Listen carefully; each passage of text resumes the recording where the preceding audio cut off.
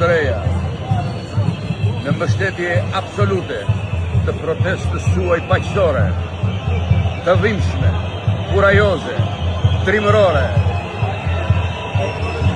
Gjeni do të thoshe, rini, thuja këngës më të bukur që di. Dhe ju po thurni dhe po këndoni këngën e lirisë, ju po këndoni këngën e qëndresës, ju po këndoni këngën e guximit. Ju jeni e ardhmja e këtij vendi. Ju do ta bëni Shqipërinë më të bukur, më të fortë dhe më të fuqishme në Ballkan dhe në Europë.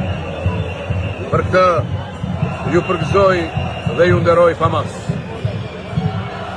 Shqipëria të dashur miq, ndodhet në momente historike. Thonjtë e politikës gati po e shqyejnë dhe po e mbysin prej kaq vitesh.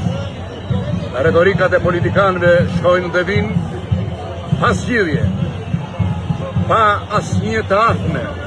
Të rinjt po na largohen, spionët patronazhist kanë futur hundët kudo për të përçarë këtë popull, për ta armiqësuar me njëri tjetrin, kanë futur hashëmin nëpër familje, në shoqëri, kudo. Jo, zotëri, ne jemi shqiptarë. Ne jemi shqiptarë dhe duhet të dalim siç keni dalë juve në mbrojtje të atë dheu tonë. Këtë atë dhe që Ismail Beu në 12-ën na i la më të madh, por tradhtarët e Shqipërisë që nuk kanë munguar asnjëherë, e kanë shitur, e kanë blerë dhe vazhdojnë ta shesin të tokën e arbrit, gjakun e Skënderbeut, të trimave të Skënderbeut, të trimave shqiptarë. Prandaj